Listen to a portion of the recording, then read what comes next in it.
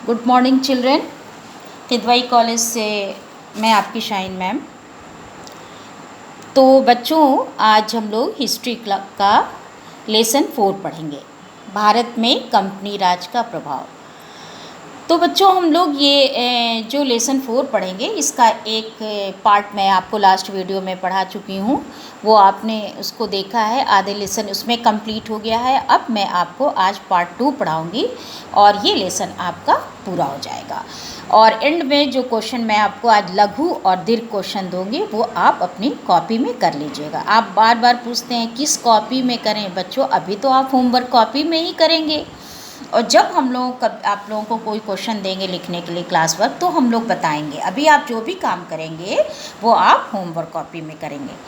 तो चलिए, अब हम अपने लेसन के ऊपर आ जाते हैं। तो जब भी हम लोग कोई भी लेसन पढ़ते हैं बच्चों, तो हमेशा हम लोग लास्ट से पीछे से कुछ बैकग्राउंड में समझते हुए आके लेसन पे आते हैं। तो ये है लेसन भारत में कंपनी राज का प्रभाव, जैसा कि स्क्रीन पे आप देख रहे हैं। और ये है चर्चा के बिंदु, यानी जिन जिन बिंदुओं पे हम चर्चा करेंगे उसको मैंने पॉइंट्स बना दिया है, और हम स्टेप वाइज 1 बाय 1 समझते चले जाएंगे, जैसा कि हमेशा हम लोग पढ़ते हैं। तो ये आप भारत में जो कंपनी देख रही हैं, तो ये कंपनी है east India company. East India company कहाँ की थी बच्चों? अंग्रेज़ की। और जैसा कि पहले लेसन में देखा कि किस तरह यूरोपीय शक्ति भारत में आई, और कंपनी भारत में अंग्रेज़ आए, फ्रेंच आए, डच आए, और अंग्रेज़ और फ्रांसीसियों के बीच में कर्नाटक के 3 युद्ध हुए, और जिसमें कि फ्रांसीसियों को पराजय का सामना देखना पड़ा, अंग्रेज़ों को सफलता मिली। उसके बाद अंग्रेज़ों ने अपने कंपनी राज का प्रसार करना शुरू किया, और उस प्रसार में इन लोगों ने मैसूर में भी 3 लड़ाई हुई, हैदर अली टीपू सुल्तान के साथ। और अब आ जाइए, हम ये देखते हैं कि अब जब ये कंपनी यानी ईस्ट इंडिया कंपनी जो 1600 ईस्वी में स्थापना हुई थी, इसके क्या प्रभाव। चर्चा के बिंदु में आप आ जाइए। फर्स्ट पॉइंट है उच्च प्रशासनिक अधिकारियों का प्रशिक्षण। तो हम ये देख रहे हैं, अंग्रेज़ों ने यह महसूस किया कि प्रशासनिक अधिकारियों को भारत की शासन व्यवस्था, समाज व्यवस्था, भाषाओं के बारे में परिचित होना चाहिए। इसके लिए क्या किया? 1801 में फोर्ट विलियम कॉलेज की स्थापना हुई। कहाँ पे हुई? कैलकाटा। ये आप देखिए, स्क्रीन पे देखिए कि 1801 में कैलकाटा में ये कॉलेज की स्थापना हुई। और सन 1853 में नागरिक सेवा में भर्ती होने के लिए भारतीयों के लिए एक नागरिक सेवा यानी सिविल सर्विस प्रतियोगिता की आरंभ की गई। और ये इसकी जो परीक्षा होती थी वो इंग्लैंड में होती थी। इसके लिए देखिए, 1853 में इसकी उम्र पहले 23 साल थी, बाद में 1863 में इसको 23 से घटा के 21 कर दिया गया, और 1876 में 21 से घटा के इसको 19 कर दिया गया, और इसका माध्यम अंग्रेज़ी था। तो अब हम सेकंड पॉइंट पे आ जाते हैं, शिक्षा और सामाजिक सुधार। यानी अंग्रेज़ों ने अब प्रशासनिक अधिकारियों को प्रशिक्षण दिया, इसके लिए कॉलेज स्थापित, एजुकेशन के क्षेत्र में या सोशल सामाजिक सुधार इन्होंने क्या किया, इसके बारे में आप देखिए कि 1781 में कलकत्ता में एक मदरसा, और 1792 में बनारस में एक संस्कृत कॉलेज की स्थापना की। विलियम जोन्स ने एशियाटिक सोसाइटी की स्थापना की। ये देखिए, विलियम जोन्स, और ये क्या है? Asiatic society. विलियम जोन्स ने एशियाटिक सोसाइटी की स्थापना की, जिसका उद्देश्य था कि भारतीय इतिहास और संस्कृति की जानकारी सबको मिलना चाहिए।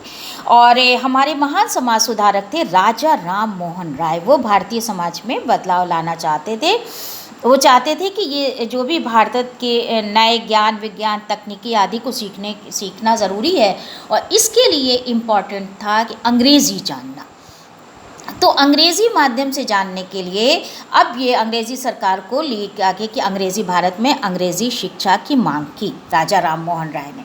और अंग्रेज़ भी समझने लगे कि अगर भारत में लंबे समय तक शासन करना है तो पढ़े लिखे लोगों की ज़रूरत होगी। इसलिए भारत में अंग्रेज़ सरकार ने भारत में अंग्रेज़ी शिक्षा फैलाने की योजना बनाई। 1835 में सरकार ने लॉर्ड मैकाले के नेतृत्व में अंग्रेज़ी माध्यम से शिक्षा शुरू की। किसके माध्यम से? लॉर्ड मैकाले से ने शुरू किया। और अब आ जाइए आप इस पॉइंट पे, भूमि सुधार। अंग्रेज़ जो है अपनी आमदनी बढ़ाने के लिए माल गुजारी वसूल करने के लिए सोचने लगे कि अब इस पर क्या करें, उनको ज़्यादा फ़ायदा कैसे पहुँचेगा, उनकी आमदनी कैसे बढ़ेगी। ज़मीन के द्वारा दिए गए टैक्स को कहते हैं माल गुजारे, यानी भूमि कर। तो वारेन हेस्टिंग्स के बारे में हम लोगों ने पढ़ा, गवर्नर जनरल जो था उसने ये नियम बनाया कि गांव की मालगुजारी वसूल करने के लिए किसी को ठेका दे दिया जाए, और अगर वो सही तरीके से नहीं वसूल करता है तो दूसरे को सौंप दिया जाए। लेकिन ये ज़रूरी था कि भूमि ज़मीन से जो टैक्स है उसको वसूल करने की जिम्मेदारी किसी को देना बहुत ज़रूरी। अब आ जाते हैं हम अस्थाई बंदोबस्त किसने शुरू किया। ये है लॉर्ड कॉर्नवालिस। क्या नाम बोला मैंने? Lord Cornwallis. लॉर्ड कॉर्नवालिस ने इसमें क्या क्या सुधार किया? पहले पॉइंट पे हम आ जाते हैं, अस्थाई बंदोबस्त। अस्थाई बंदोबस्त देखिए क्या है, जो अधिक से अधिक मालगुजारी वसूल करने वाले अधिकारी होते थे वो नीलामी बोली के आधार पे बोलते थे। यानी बच्चों ये जो कहते थे कि मैं आपको इतना टैक्स दूँ। नीलामी क्या होती है? जब कई लोग रहते हैं, इकट्ठा रहते हैं और एक बोली लगाई जाती है कि जो सबसे ज़्यादा अपनी बोली ऊपर रखता है उसी को वो चीज़ अधिकार दे दिया जाता है। जैसे मालगुजारी में किसी ने कहा कि मैं आपको इतना टैक्स वसूल करके दूंगा, उससे ज़्यादा किसी ने कहा कि मैं आपको इतना वसूल करके दूंगा, किसी ने कहा कि अगर मैं आपको 2 दूंगा, किसी ने कहा मैं आपको 4 दूंगा। तो जो ज़्यादा बोली लगाता था उसे ही और उसके पुत्रों को अस्थायी रूप से उस गाँव का ज़मींदार बना दिया जाता है, जिसको कहा गया अस्थाई बंदोबस्त। और ये प्रथा क्या कहलाती थी? ज़मींदारी प्रथा, यानी अस्थाई बंदोबस्त। तो ये ज़मीन के मालिक हो गए और यह स्वामित्व तभी तक रह पाता था जब तक कि वो मालगुजारी देते थे, और ज़मीन को जो जोतते थे उन काश्तकारों को हटाना, उनसे ज़मीन छीनने का भी अधिकार उन्हें था। अब इसको गौर से सुनिएगा कि ये जो प्रथा थी अस्थाई बंदोबस्त जो की प्रथा जो लागू हुई थी, ये किस किस जगह पे थी? आप इसको देखिए कहाँ थी? बंगाल देखा आपने, हमने आपको मैप दिखलाया है बच्चों। पश्चिम बंगाल है, ये हमारा बांग्लादेश हमारा पड़ोसी देश है, गौर से सुनिएगा। और हमारा भारत का जो राज्य है पश्चिम बंगाल। तो ये जो प्रथा थी कहाँ थी? बंगाल, उड़ीसा और अवध। अवध कहाँ है? यूपी में लखनऊ पहले जो अवध था उसको अब हम लोग लखनऊ कहते हैं, जो उत्तर प्रदेश की राजधानी है। हमारे उत्तर प्रदेश की राजधानी, हम किस प्रदेश में रहते हैं? उत्तर प्रदेश में। अब दूसरे पॉइंट पे आ जाइए आप, रैयतवाड़ी प्रथा। तो देखिए कि रैयतवाड़ी प्रथा क्या होती है। दक्षिण भारत, बच्चों हमने आपको मैप दिखाया और बताया है कि बीच से जो भारत की कर्क रेखा गई है उसके ऊपर के भाग को हम कहते हैं उत्तर भारत और नीचे के भाग को क्या कहते हैं? दक्षिण भारत। तो दक्षिण भारत के जो मद्रास प्रांत था वहाँ मालगुजारी देने का जो उत्तरदायित्व था वो रैयत को दे दिया गया। रैयत यानी काश्तकार। मालगुजारी की धनराशि लगभग 30 साल के लिए तय कर दी गई और रैयत अपनी उपज का लगान का लगभग आधा भाग सरकार को मालगुजारी के रूप में दे देता था। ये कहाँ पे ये प्रथा रैयतवाड़ी? ये मद्रास में थी। अब आ जाइए तीसरे पॉइंट पे, आखिरी पॉइंट जो 3 प्रथा है। आपने ये देखा अस्थाई बंदोबस्त, फिर देखा आपने रैयतवाड़ी, फिर आप आ जाइए महलवाड़ी। उत्तर प्रदेश के पश्चिम में दिल्ली और पंजाब के आसपास जो मालगुजारी कई गांवों के समूह के स्वामियों से वसूल की जाती थी, और ये पूरा जो समूह था ये कहता था महल। इसको कहाँ थी ये प्रथा महलवाड़ी बच्चों? दिल्ली और पंजाब के आसपास कई गांव के जो समूह थे उनके जो मालिक थे उनसे स्वामियों से वसूल की जाती थी ये मालगुजारी। ये सारी बात हम क्या पढ़ रहे हैं भूमि सुधार में? मालगुजारी वसूल करना, यानी ज़मीन से जो टैक्स होता था। और इसलिए इस प्रथा को महलवाड़ी प्रथा कहते हैं। सरकार महाल पर स्वामित्व रखने वालों से मालगुजारी वसूल करने का समझौता करती थी। तो ये प्रथा को कहा गया महलवाड़ी। अब हम देखते हैं कि भारतीय उद्योग धंधों का विनाश कैसे हुआ। अंग्रेज़ जो है, आप इसको गौर से देखिएगा बच्चों, अंग्रेज़ जो है भारत से कितना फ़ायदा उठाया उन लोगों ने। आप देखिए इसको, अंग्रेज़ों ने भारतीय उद्योग धंधों का कैसे विनाश किया कि भारत से ये कच्चा माल जैसे कि सूत है, कपास है, यानी ले जाते थे और मशीनों से उससे माल तैयार करते थे, और जो कि हाथ से बना हुए सामान से क्या होता था? सस्ता होता था। क्योंकि हाथ से जो हमारे उद्योग धंधे भारत के जो हमारे कारीगर थे वो हाथ से जो चीज़ बनाते थे वो देर में बनता था, तो वो थोड़ा महंगा होता था। और अंग्रेज़ भारत से ही सूत कपास ले जाते थे और जो वो माल तैयार करते थे वो थोड़ा सस्ता होता था, वो सस्ता हो जाता था।